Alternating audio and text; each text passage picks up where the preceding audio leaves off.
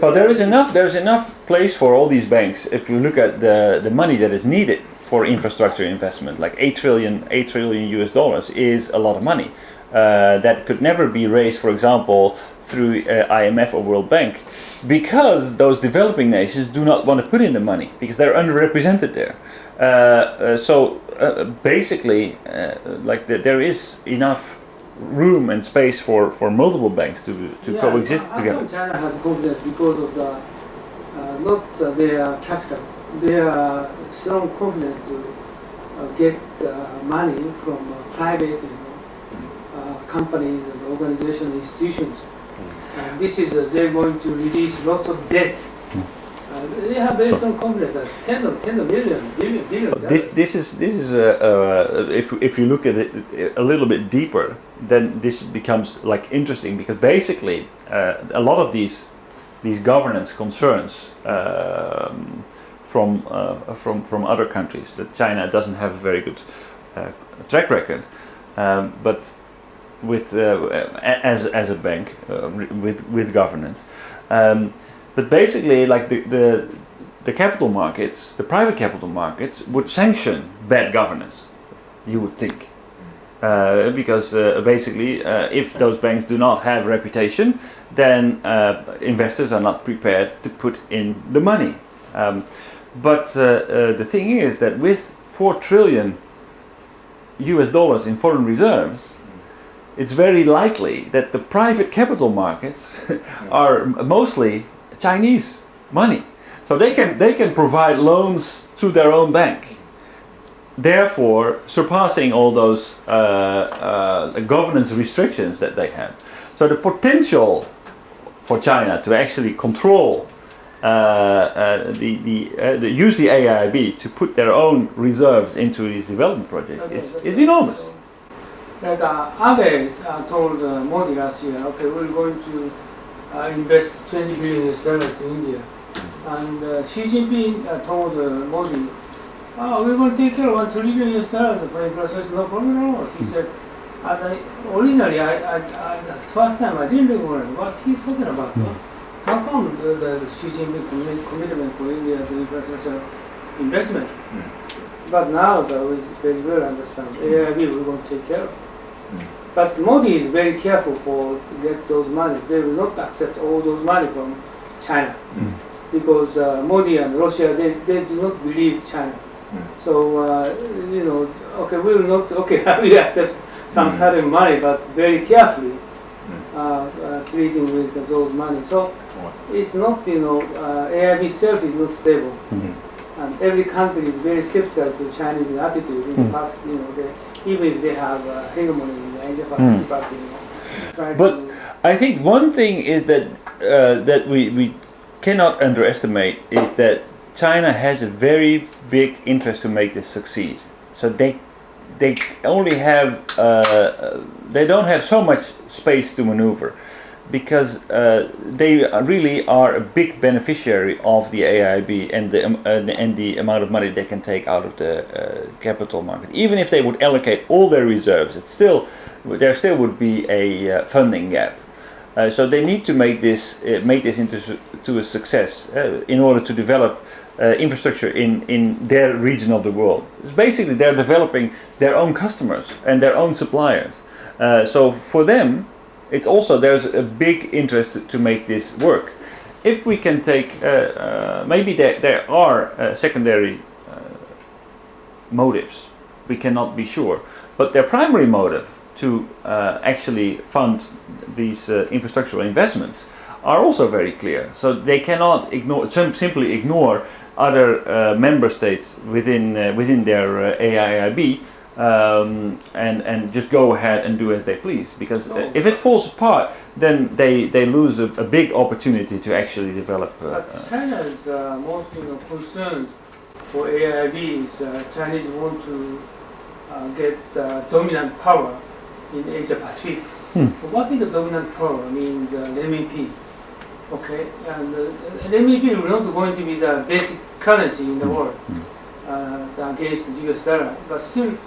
China is considered for the big power in Asia Pacific using renminbi, and toward next 10 years, they were going to distribute and contract with the Asia Pacific countries, lending money to those countries and the contract basis in RMB and instead of US dollars. Their true intention, you against my opinion, but this is their true intention.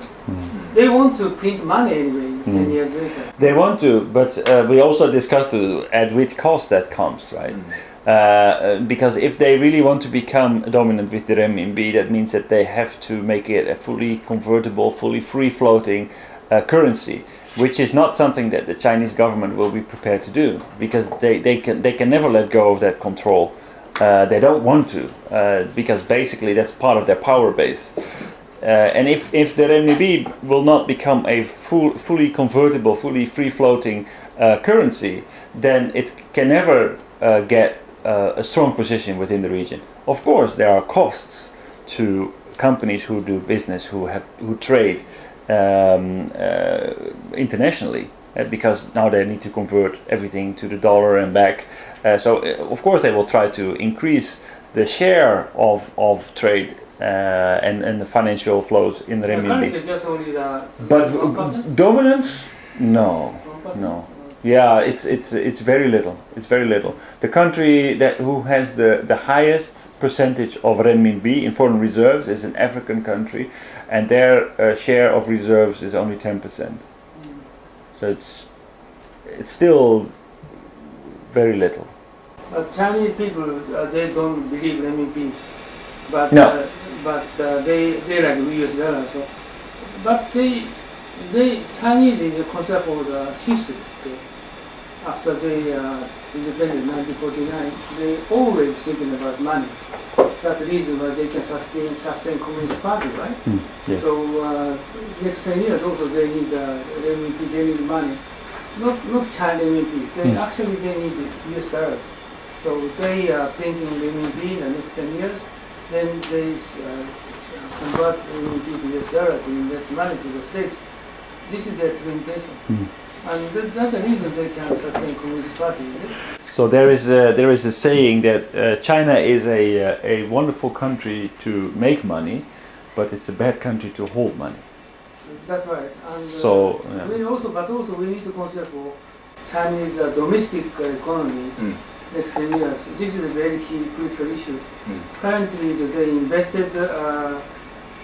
invested-led economy and switching to consumer-led. But actually, past 5 years, they completely failed. No growth. That reason struggling 7%. Actually, less than 7. And they need to keep going, keep growth, getting money. Otherwise, the communist organization will go to exactly. losing power. So and that's why they still need to consider that AIIB needs to be successful. That's why they cannot probably completely abuse AIIB to only be a China bank. They need the credibility. They need the other countries' involvement to become successful. So even though they might have a dominant role, they have a dominant role in the world because of their economic strength. This is just a representation of the current economic reality. But they are not a hegemon within the AIIB. Okay. So the business opportunities are there. That's also part of the reason why so many countries get on board. And another angle is that it's a reflection of China's expanding power, stronger renminbi, influence, and a great opportunity for them to develop foreign markets. So I would like to ask the following question as a topic for discussion. Should Japan join the AIIB? Yes or no? It's a good question. Can I ask, what is your idea about this? After listening to all of this, what do you think about what should Japan do? Should they wait until all the governance rules have been set? Should they not join at all and focus on the Asian Development Bank? I should join to AIIB. Because Japan borrows to China. Yes. Japan what? borrows money to China. It's true. True. Borrow money. So Japan, China is a recipient of loans Okay. from Japan, and at the same time now they're going to provide loans through AIIB. Okay, so to make sure that their interests are protected, that is the reason why they should join AIIB. Other reasons. What is your opinion? Should Japan join? So then, excuse me. One thing I need to say. It's a correction. So then, I noticed that ADB's capital. It's wrong. No. 5 billion. Yeah, you need one more digit. 14 billion only. So then you need. It is no. I think you need to have a correction. 150 billion. 150 billion. Yeah, one digit is. Oh, really? Yeah. Okay, 150 billion. Okay. Please check it. Yes. Official Okay. information, please. 150 billion. So anyway, it's very controversial. Your question is very, very interesting and very controversial among the Japanese government and the Japanese establishment and not only in financial community. But the thing is, I think we need to discuss from at least two aspects. So that is one is financial matters. But another is very political, geopolitical Yes. level. So then, the very orthodox reaction from the Japanese government or JICA or another institution such as JBIC. Okay. So then we need to keep watching, and so but we need to have some contact and consultation through or cooperation through ADB. Right. So then Japan cannot participate into that, the capital now. That it is the almost same opinion with the same reaction with the United States. But we have we have to keep watch this bank's influence or direction for the future. So then we keep to some extent. We have some contact and cooperation and harmonization. So this is from some officers of JBIC or some officers of financial ministry of Japan. But on the other hand, other such people like, for example, former Shingikan, what is it? Tanaka Hitoshi, former Shingikan, former deputy minister of foreign ministry of Japan. He said that it's very geopolitical, political level. So then we need to join now, because we need to consider longer term future, how to contact, how to be involved in China, and as a very constructive way. So then we need to join it. We need to jump into the bank. Yes. And from as a position of insider of the Exactly. bank, we need to suggest them how to improve or how to strengthen the monitoring system and how to keep the discipline of for example, environmental measures consideration, or for better governance of the banking system. So then, I also met Mr. Fukuda. Fukuda-san is a former prime minister. Yes. He has a very famous, pro-China or pro-China or sort of pro-China politician, and that he has the same opinion. There's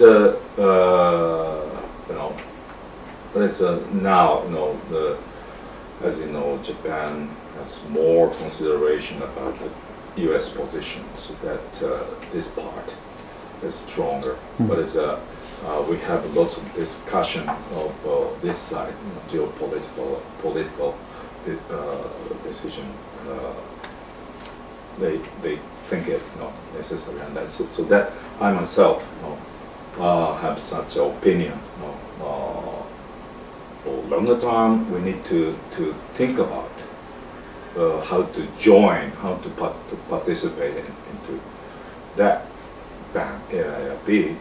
So it is. We have no doubt that the China.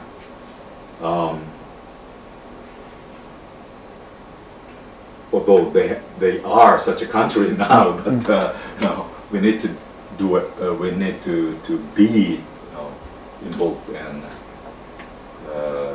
So we need to have a dialogue, and we need, of course, we have deterrence, but we need to have dialogue and better harmonized relation. So that we need to think about. So your opinion is basically. My opinion. So it's better to change it from within. In the longer term, so I don't know when, but it's we need to think about it. Well, another angle here is that by design, the AIIB reserves 75% of the voting rights. Why?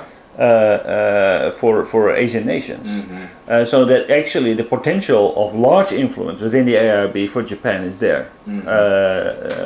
So actually, much more than the United States, Japan will be capable of exercising influence within the AIIB. So that's actually another reason is why we. Is that, for example, we need to think about the history of ADB itself. Okay? So then we have the leadership of ADB and the biggest share of the capital in ADB with the United States. But that motivation when we set up ADB was to utilize how to make use of the Japanese money. As emerging power in 1960s. So then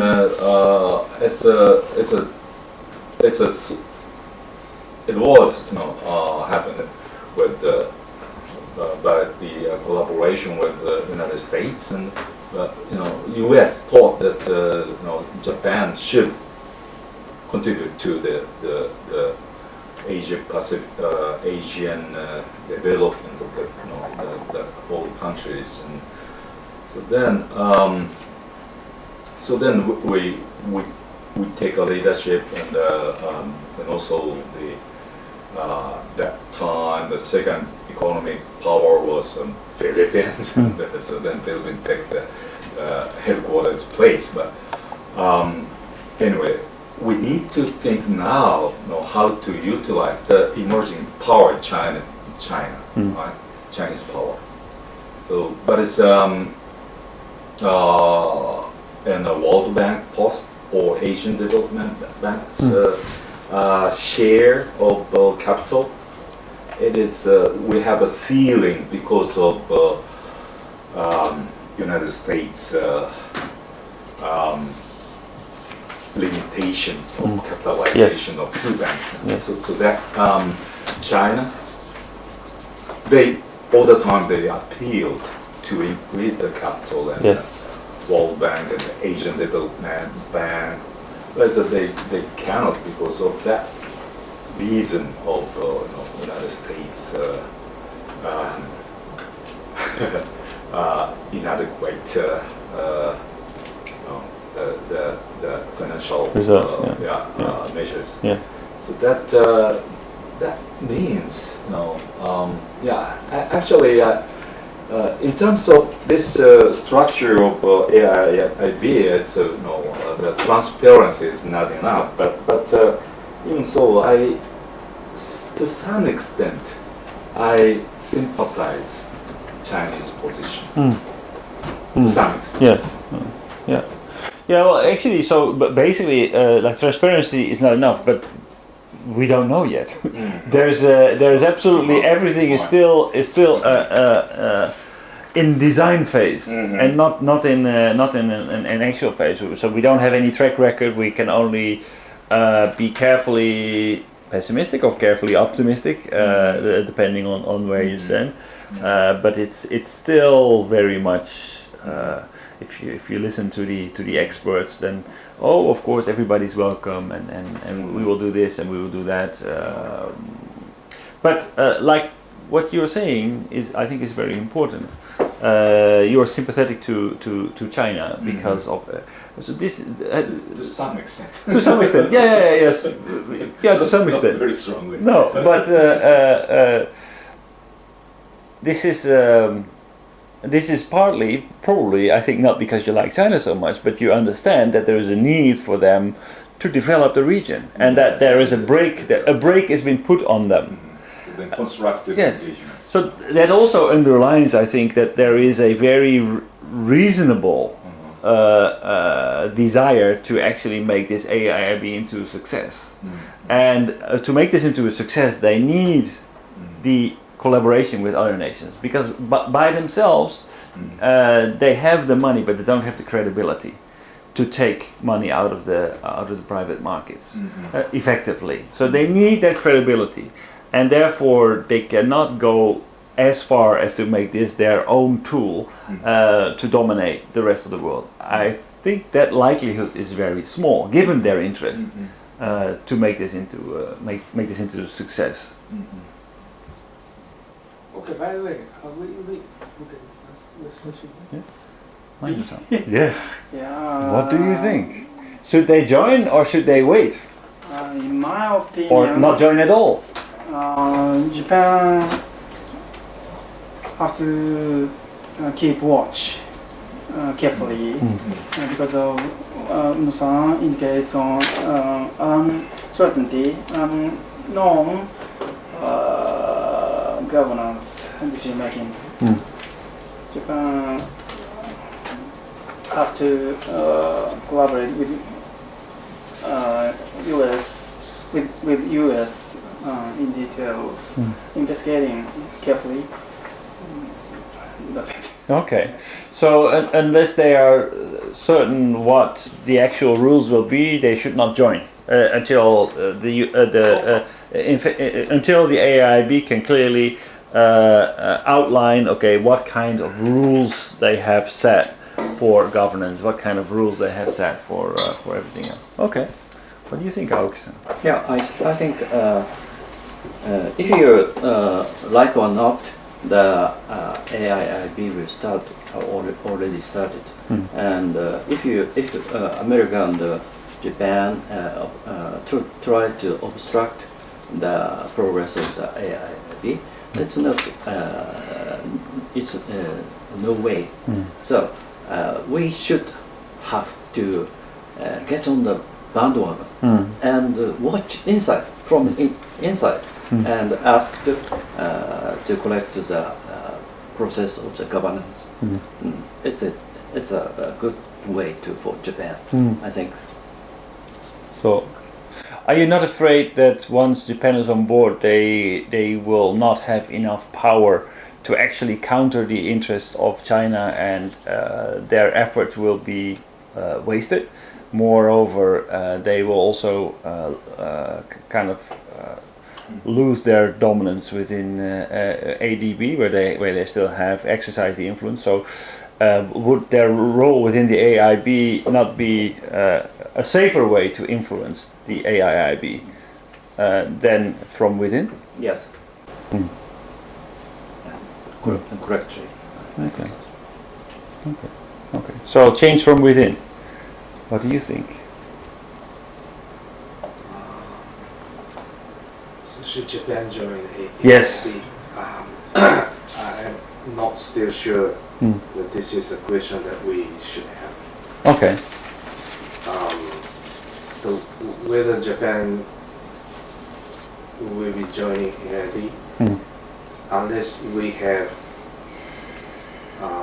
our own design in doing something in AIIB, it's the same thing with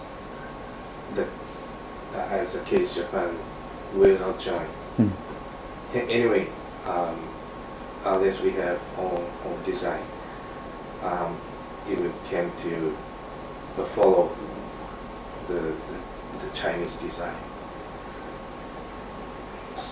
So whether it's the case,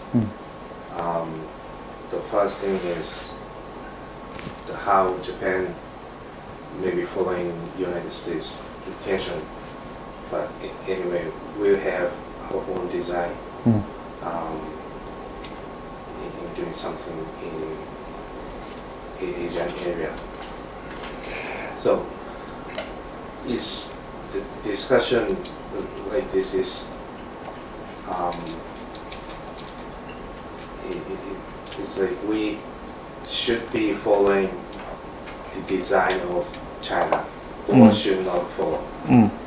So or become co-designer of the AI. yeah, that's another way. Yeah. As Uno-san mentioned earlier, one of the reasons why the United States is considered to be failed in doing something, the foreign policy in ASEAN area is they are just doing the counter action against China. It means as far as they will not do something specific in ASEAN area, United States will not also do anything that's specific in this area. Because China has been doing something in this area, so the United States have to be saying that we will do. We're gonna do under the name of people to Asia, regardless, but it's just the counter action. So we should have our own design. Okay. So after that, if we can regard AIIB as a good function or good institute to pursue our intention, so it's a way to join. Okay. Are you not afraid, for example, that Japan isolates itself within Asia by not becoming a member of AIIB? Because maybe to get on board later on, I don't know how easy it will be after it has been completely founded to become a member. Another element to consider is, for example, the projects that they're going to finance. How easy it will be for Japanese businesses to actually win these kinds of contracts if they are not part of the organization that finances these contracts. Like in the case of ODA, it's kind of simple. Almost all, if not all, money that the Japanese government spends comes back to Japan, because it's very clearly earmarked that all the services and goods need to be provided from Japan. But it's also quite likely that these investment banks, like AIIB, will kind of give a preferential treatment, or it would be suggested that member countries of the AIIB could have a preferential treatment. It could be a risk for Japanese businesses to lose out on $8 trillion worth of investment in the region. But in any case, Japan can be easily isolated, even in the case that Japan will join. unless we have own design. So what Japan government will have Japanese company to do the business in this area. It's the same case as we will not jump. Okay, so even if you join, you can be isolated. That's a very good point. So one point we need to think very careful. We need to know that before this argument whether we can take a job from AIIB or not through the membership. There's we need to know that how many percentage of jobs we take, for example, from ADB. It's very, very small. So that means it's a reflection of Japanese companies' competitiveness overseas.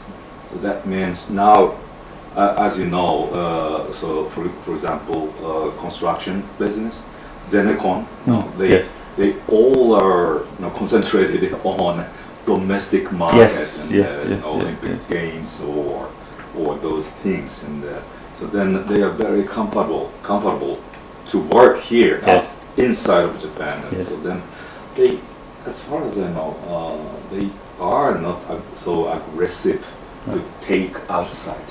From the inside, what you say is very true. Chris, you remember Chris? Chris works for Taisei Construction.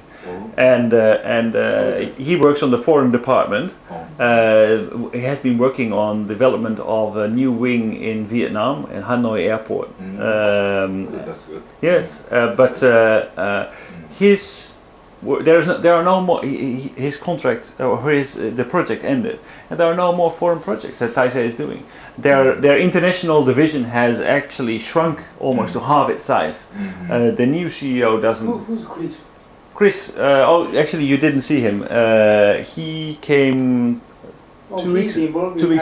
Yes. He's working for Taisei? Yes. Okay. He got the job. Yes. Hanoi Airport. Yes. Okay. Yeah, he was a project manager there. So definitely what you're saying is true. A lot of Japanese, but I mean, can Japan really afford to be comfortable within their own country? Because soon, very soon, Chinese companies will also come and bid on construction projects and other businesses. So if they can be comfortable at home, but if they cannot be competitive overseas, soon enough they cannot be competitive at home either. So they need to, one way or the other, this is a very crucial issue. But with or without the AIIB, competitiveness of Japanese businesses is absolutely a big concern. So actually, we have something like very specific system for ODA. The example is a STEP system. STEP system is special technology for economic project or something like that.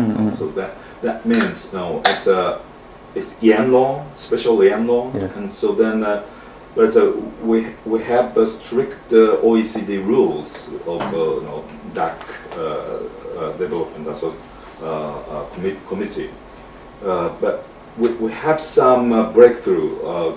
So STEP system is one of them. But if you make this system as a step, you can take Japan's bidding without open bidding, without open bidding system, without international open bidding. But 30% we can take Japanese indigenous technology. Yes. But even so, the candidate, what can I say, companies who bid through this system is very, very limited number. Yes. So that means China try to join in this step. Yes. And the South Korean company also join into this system. So that means it's not the specific technology of Japan, they say. So that Yes. that is a very very But the controversial now in the reality is, of course, that Uh-huh. actually the project is already rewarded before it even the bidding starts, because the organization who's designing the project is closely collaborating with Japanese suppliers, setting the criteria for their bid in a way that only they can win the project.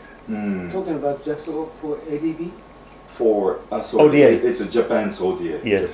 Japan's yeah, ODA. So Japan's ODA case is very limited Yeah. for yeah, bidding. Yeah. So everybody cannot join. Uh-huh. So Yes. then, I have a little insider basically the experience. rule should be open system. Yes. No, she's not. It's currently not non-binding. open. Non-binding. Yes. So then this one is not specific Yes. case. Yes.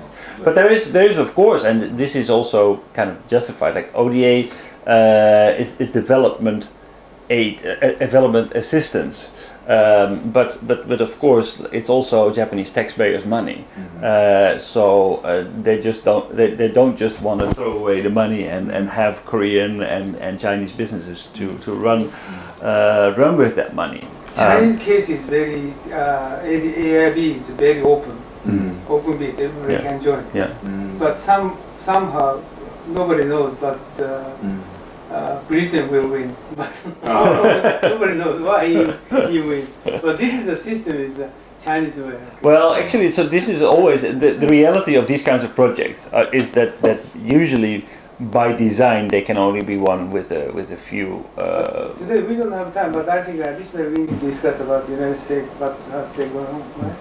And especially Xi Jinping will visit States this September, and Xi Jinping 100% will compromise for asking for the United States to join the AIB.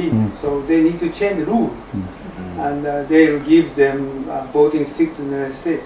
So You think that they will change the 25? Yeah. Well, actually, they've also Yeah. changed the rules about the board of directors already. yeah, So they will change the rule and welcome to the United States, and there America will join.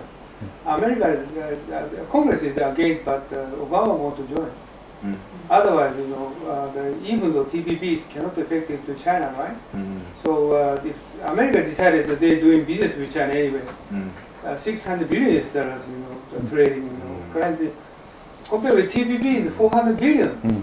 The trading China is $600 billion. How come they're going to regulate the Chinese, economic activity? They should join. So America will join, and they followed by Japan will join. Anyway, this is a conclusion. yes, But China give lots of compromise and gives them voting stick or whatever they want, because China cannot neglect states. America also cannot neglect China, but both ways need to each other. They're doing business in Asia Pacific, right? So this is obvious. So this September, right? Okay.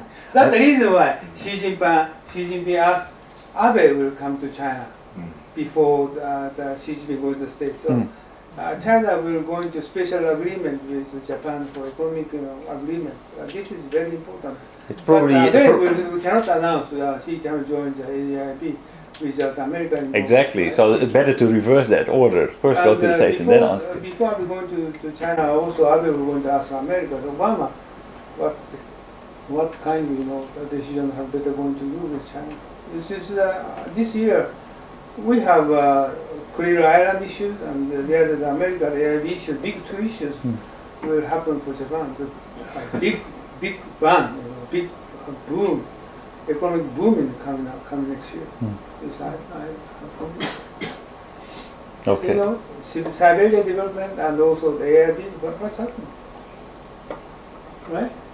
And also we have chair of G7 next year. Oh, G7. Yeah.